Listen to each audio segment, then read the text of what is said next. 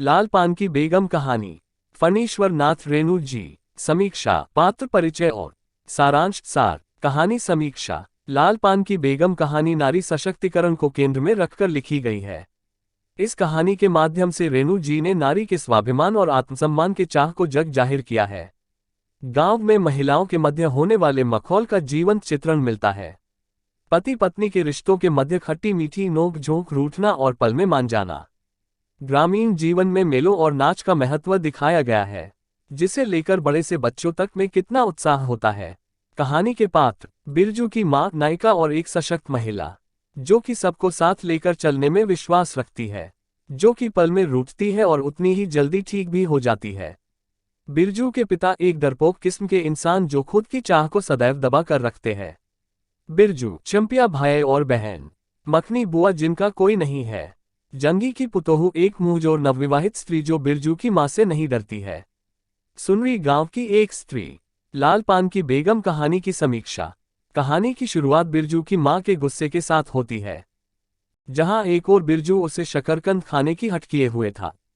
चंपिया भी जो सामान लेने गई थी अभी तक लौटी नहीं थी और बेचारा बकरा कुकुरमाछी के कारण परेशान कर रहा था। इन सब के कारण बिरजू की मां गुस्से में थी।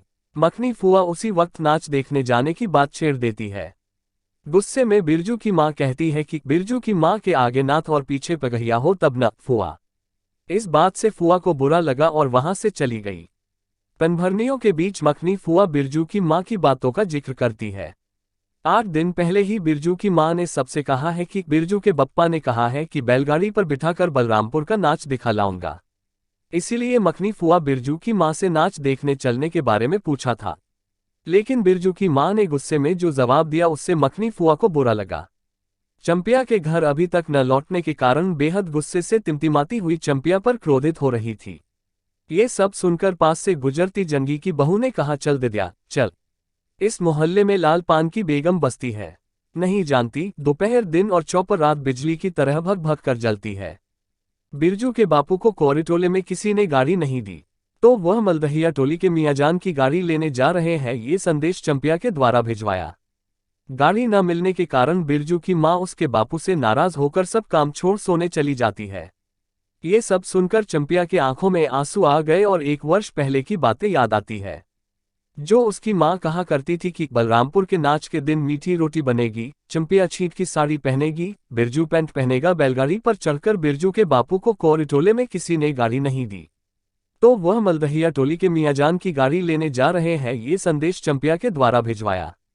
गाड़ी न मिलने के कारण बिरजू की मां उसके बापू से नाराज होकर सब काम छोड़ सोने चली जाती है।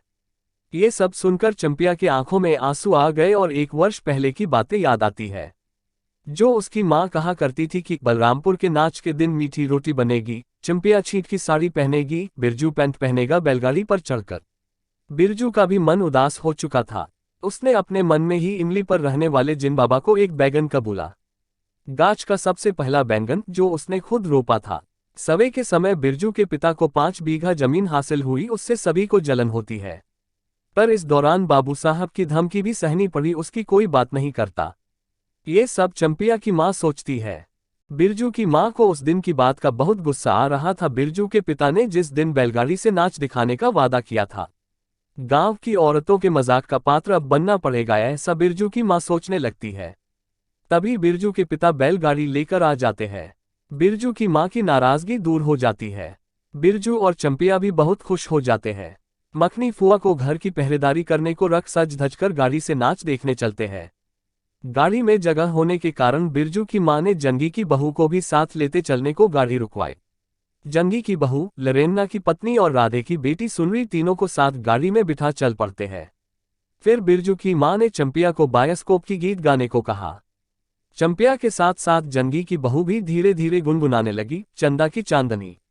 बिरजू की मां के मन में जंगी की बहू के प्रति खटास खत्म हो गई और मन ही मन कहने लगी। जंगी की बहू की तारीफ करने लगी कि कितनी प्यारी बहू है। सच ही तो कहा है लाल पान की बेगम, यह कोई बुरी बात नहीं। वो खुद ही सोचने लगती कि वो है ही लाल पान की बेगम। अपने पहनावे लाल साड़ी की तरफ एक नजर डाली और अपने चेहरे की तरफ भी। बिरजू की मां के मन में अब कोई भी लालसा शेष नहीं बची और वो सोने लगी। अगर आपको हमारा वीडियो अच्छा लगा है तो लाइक कीजिए, कमेंट कीजिए व चैनल पर नए हैं तो चैनल को सब्सक्राइब करें। धन्यवाद।